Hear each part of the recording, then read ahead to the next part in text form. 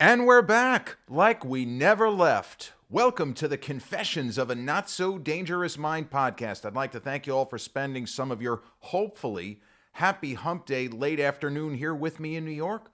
Well, once again, we're going to skip past all that promotional jazz and get right to the guts of the episode. A movie that I have briefly discussed on the channel, not for close to a year. I was kind of just getting it going, so many of you have not heard me speak on it, is a film that is and remains very much below the radar, but is no less, in my opinion, an all-time classic. And there are certain films, even from a decade such as the 90s, even from, in my opinion, the single best movie year in the history of Hollywood, 1993. This particular film still slipped below the radar, got incredible rave reviews from almost all of the major critics, came out at a soft time of year, January 29th, 32 years ago today. I can't believe it, but it's true. It just didn't make an impression on the movie-going public despite all those great reviews. And to my knowledge, it has never been on Netflix. You start imagining, how can a film be rediscovered? In this case, I don't know if it's rediscovered. It would be more like discovered in the first place. The filmmaker is Joe Dante, who, if you don't know the name, he did Gremlins and Gremlins 2. He did a very well-regarded film in the late 1990s starring the late Phil Hartman called Small Soldiers, and he did a fantastic science fiction comedy in 1987 with Dennis Quaid, Meg Ryan, and Martin Short called Inner Space. But on January 29, 1993, Joe Dante released what I believe to be his finest achievement as a filmmaker. I talk about certain performers. It could be an actor, could be an actress. I talk about them being cheat codes. And for me, it is high praise. It indicates that this individual is of such high quality, is such a galvanizing, dynamic screen performer. They are almost incapable of giving a bad performance. Well, one such actor is the lead in this film. It's not a great supporting performance a la Gene Hackman in 1992's Unforgiven, or Robert Duvall, as I've talked about, just crushing it in The Natural, nearly stealing the film from the star Robert Redford in 1984.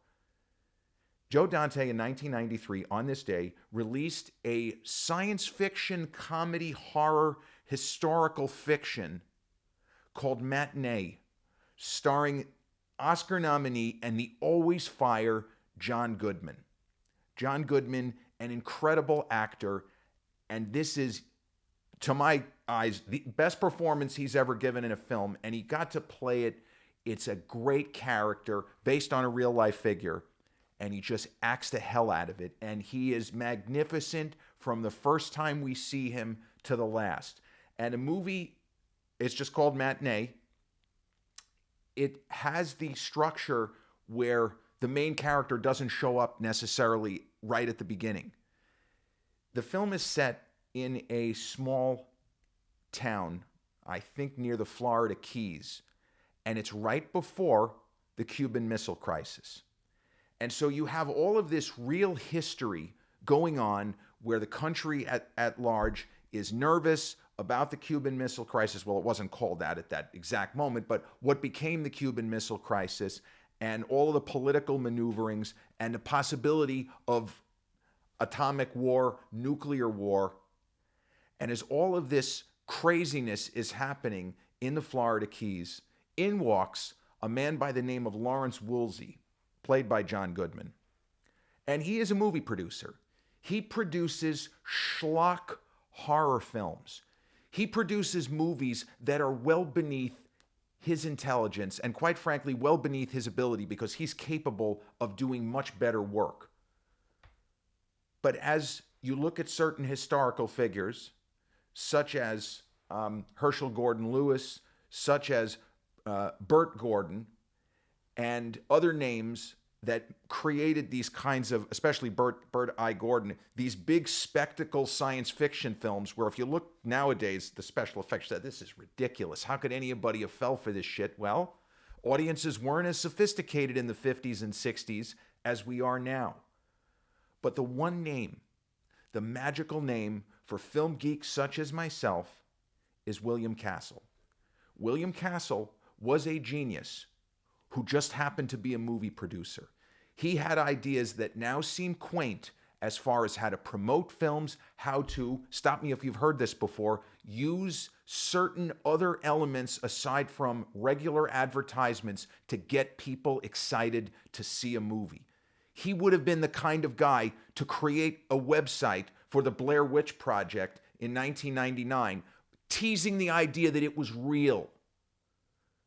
3 student filmmakers disappeared in the woods near Burkittsville, Maryland, while shooting a documentary. A year later, their footage was found. Nothing on the Blair Witch website to indicate, bro, there are 3 actors working with 2 young filmmakers. This is not a snuff film. Well, when the legend becomes fact, print the legend. By promoting the Blair Witch Project that way, the film became, dollar for dollar, the biggest hit in the history of motion pictures. Cost about $100,000 all told to make, made $247 at the box office. $247 million, that is. So Lawrence Woolsey is a William Castle style producer. Castle was somebody who always had a cigar in his mouth or in his hand. Lawrence Woolsey always has a cigar in his mouth or in his hand. And William Castle came up with these gimmicks, these wacky methods of trying to get people into seats, which are absurd, but they got people excited, they got people interested, and to a lesser extent than, let's say, Alfred Hitchcock as filmmaker, where he became what was known and would even now be known as a star director. Hitchcock became a name. He ended up having the TV show Alfred Hitchcock Presents. He was a character. Hitchcock was known for gimmicks only insofar as the film's promotion. He wasn't known for gimmicks within the film or putting shit into a movie theater to scare the crap out of people. He just wanted to scare people with the movie itself.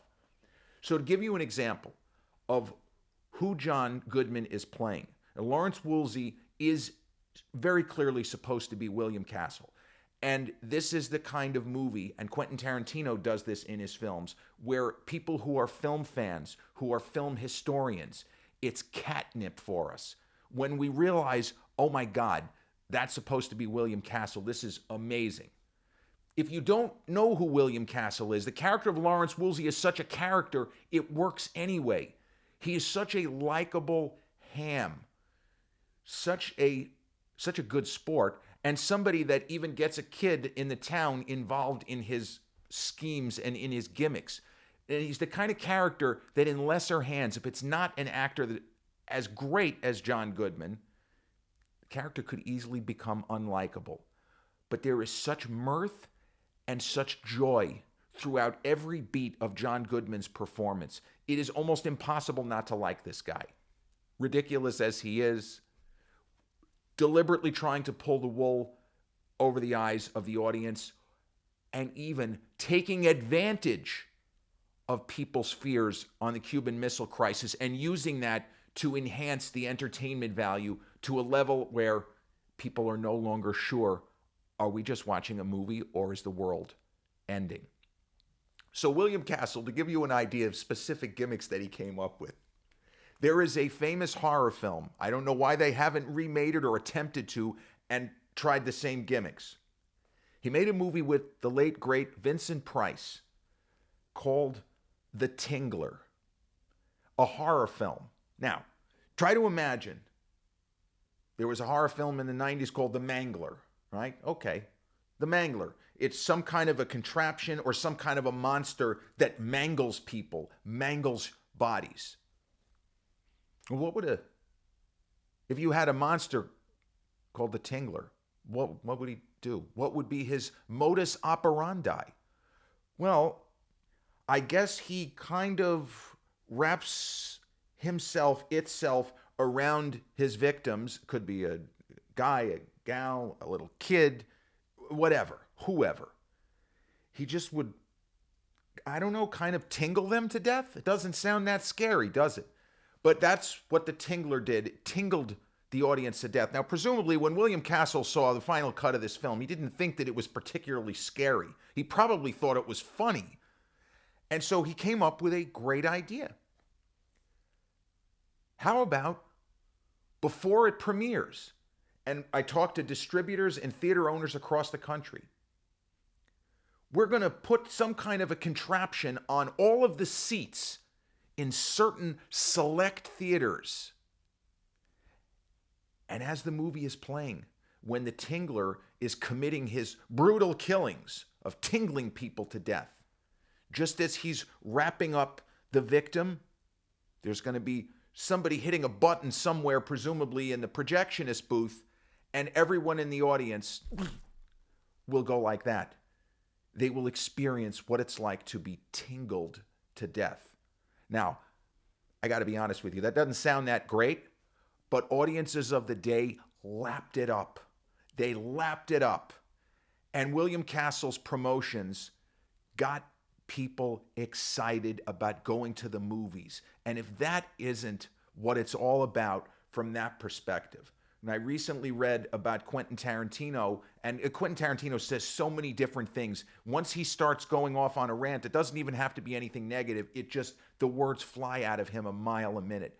But he talked about that, and to him, it's hard to believe that he could be considered old school because he came on the scene. I wasn't even in film school yet, but he is now old school, and he loves the community atmosphere of being at the movies. And he said it's unfortunate that, to me, the last real year for movies was 2019. And he doesn't know that there's anything that can be done to change it. People's level of tolerance for long movies may not be the same, and because we can get things on streaming so quickly, less likely to go to the theaters. Although for certain movies, we've seen rolling up hundreds of millions of dollars, or in the case of Deadpool and Wolverine, into the billions. So in the world of the movie Matinee, you meet this kid named Gene, who is very nervous about what ends up being the Cuban Missile Crisis. I think that his father is stationed near the Panama Canal. I'm not 100% on the mechanics of that. But he meets Lawrence Woolsey and his assistant, who was played by Kathy Moriarty. Geez, I almost forgot that. It's difficult when you have a million colliding thoughts, but Kathy Moriarty plays his assistant, I guess, kind of girlfriend. They don't really go into detail. I mean, it's a leading man role for John Goodman, but he doesn't exactly do leading man stuff. This is not a romance type of a movie. And Goodman has all of the gimmicks that he wants to put forth. He has them in place. He doesn't want anyone in the town to know. But the kid, Gene, figures out something, and he approaches John Goodman and said, hey, listen, I want to work with you, Mr. Woolsey. And if you let me work with you, I promise I won't tell anybody what you're doing. And John Goodman, the way that he plays the moment where he agrees to let the kid work with him, it's like a master class in film acting. You watch what he does with his eyes. You can see him calculating. Do I want to say no to this kid, or is it a better idea if I'm friendly with him, I'll let him work with me, and we're going to just play nice and let's just go from there. And that's what he ends up doing. So he's not just setting up a random series of gimmicks at a random premiere. He has made a movie. He has produced a movie, which is a totally stupid schlock horror film called Mant.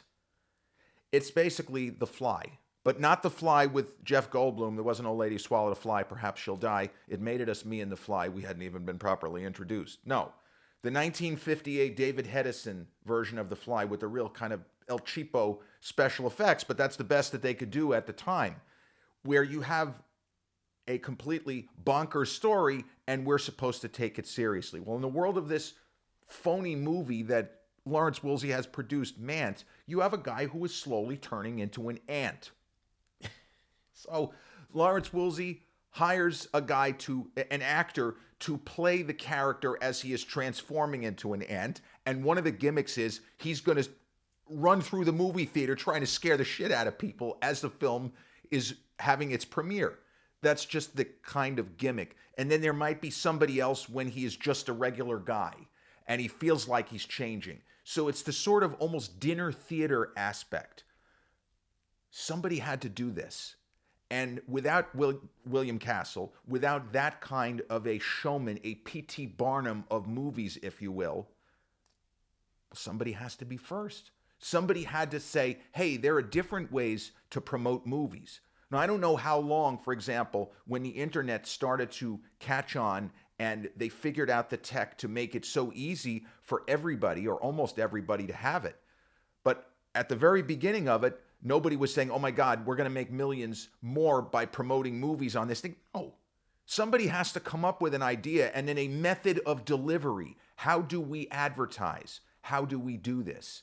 And in the case of this movie, there are print advertisements in all the local newspapers and then things that would get picked up in, the national news a day or so later. And the movie theater where they're having the premiere plastered all over the place. Tell your friends the scariest movie ever made. Half man, half ant, Mant. And we get to see bits and pieces of this ridiculous movie, Mant, throughout the film Matinee. And not surprisingly, the movie builds to a really amazing multi-climax where there are multiple plot threads going on at the same time and they all coalesce within like a 30-second span. And for a movie which is mostly very lighthearted, it's fun. Goodman generates a lot of laughs. He has some laughs with the kid and the other people in the town that are trying to figure out what's going on. But there's a lot of suspense. There's more suspense and more edge of your seat tension because of what's going on in the world, the kind of bigger picture of what's going on in the world where spoiler alert, it feels like World War III is taking place during the premiere. And there are certain times in movies, and yes, this is a movie for movie lovers, there's no question about it. It's not an accident that the major critics, such as Roger Ebert and Gene Siskel, both loved it, and almost all of the big critics of the day loved this film, and I'd be willing to bet that the Martin Scorsese's and Steven Spielberg's love this film. But there are moments in movies where an actor or actress has a moment where they're not necessarily winking at the audience, they're not necessarily identifying this is just a movie. But there are moments of greatness every once in a while in films where when you think about them as somebody like me who is, pretty much a lifelong film geek, when I think of Jim Carrey, my one moment with Jim Carrey is his final bow at the close of The Truman Show. That to me is one of the great moments in the history of cinema. I think about that split second towards the end of Pulp Fiction when we realize that Vincent and Jules are in the same coffee shop that got boosted 2.5 hours earlier. When we realize, holy shit, these morons are going to try to rob everybody, and you've got two killers here. Good luck. A moment in a movie happens, and we just kind of get a chill. It's as if this is so good and so brilliant, we almost can't even process it. That's the best of cinema. Well, John Goodman has a moment in this film that may not be anywhere near what I just said, and certainly in terms of public consciousness, because both of those movies have been seen by almost every film buff, even people under 30. Well, there is a moment in this film, in Matinee, where this multiple climax is ongoing, and it's coming to a close. And Goodman's master plan of pulling the wool over everyone's eyes in the entire town, it has worked to perfection. And Goodman has this genuinely joyful smile on his face. You almost can't teach an actor to smile the way Goodman smiles in this moment as he hits one projector, then hits another projector, and then hits another projector. His plan could not have gone any better. And in fact, the historical events made it that much more exciting, not only for us, but in the world of the film, death-defying, almost literally, for everyone in attendance and everyone in this small town near the Florida Keys.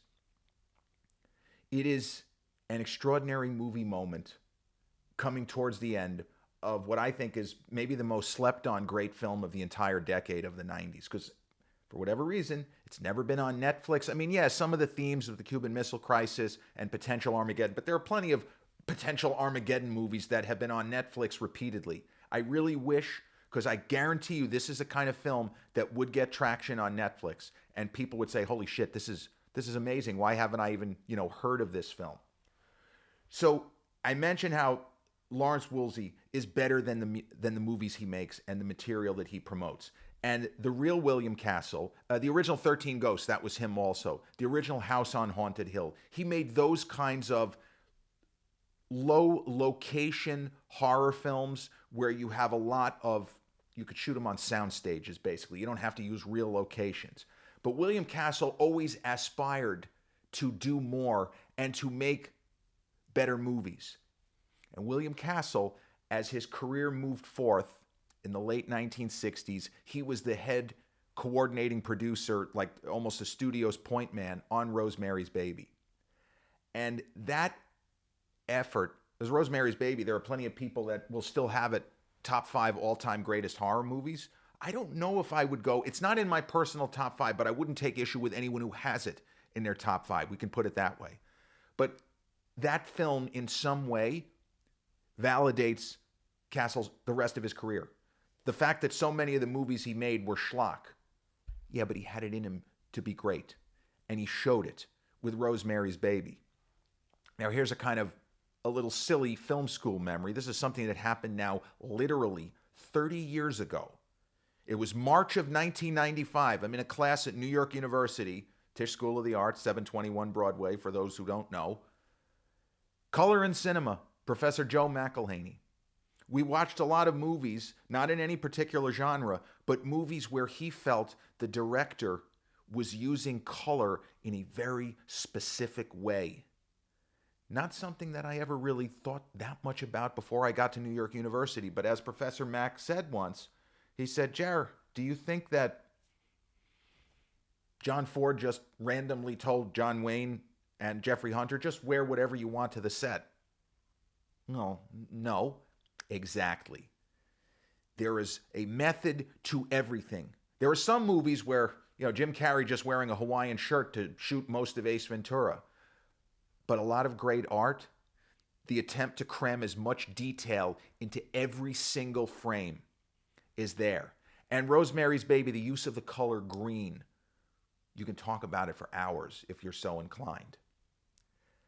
But we're watching Rosemary's Baby, and Professor Mack had explained, that Roman Polanski, the notorious Roman Polanski, Ira Levin's novel, and the fact that Polanski had an assembly cut that was more than 4 hours long. It's kind of a fabled assembly cut that he basically cut it in half.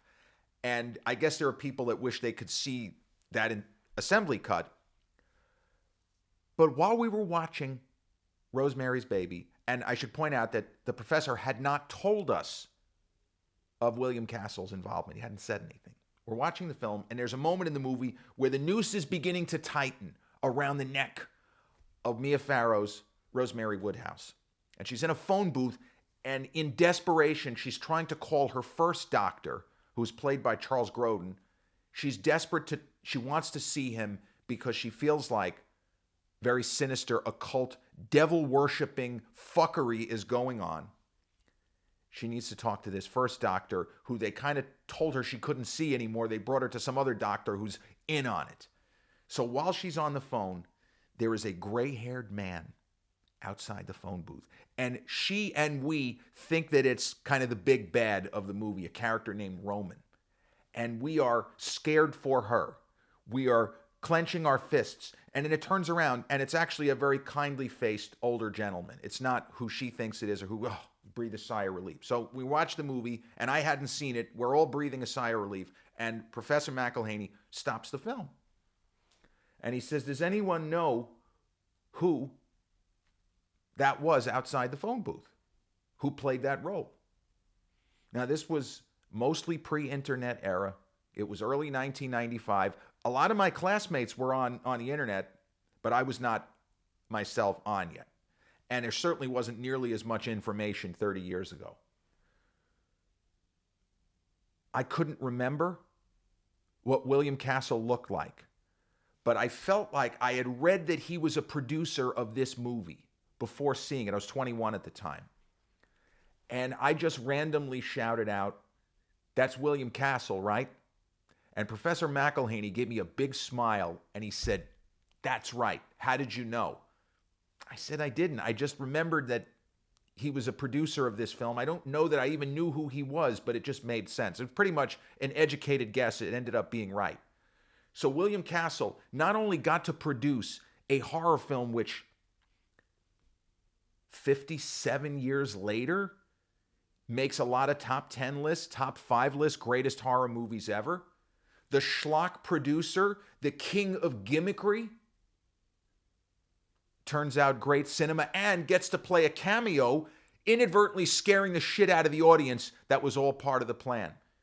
It's as if the master of mischief, of doing silly stuff like making the audience think they're being tingled to death, he gets to scare people just in a couple of seconds on screen because we think he's someone else, and oh my God, Rosemary's gonna die.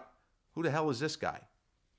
Brilliant. And I don't know that Polanski was going to that level where he was thinking as deeply as what I just told you, but Castle was clever enough where he got the joke.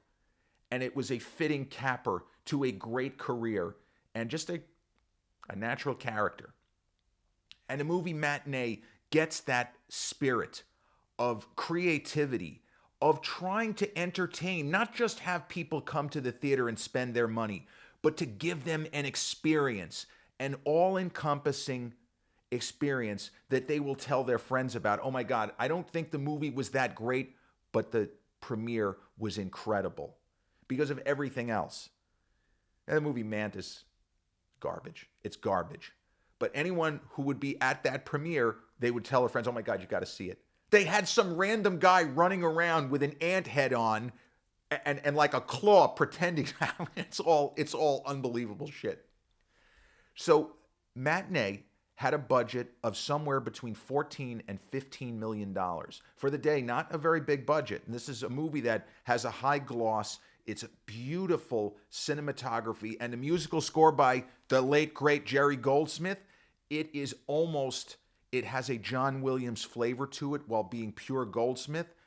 It's one of Goldsmith's best scores. The guy just knocked out so many incredible scores. This one is up there with some of his best work.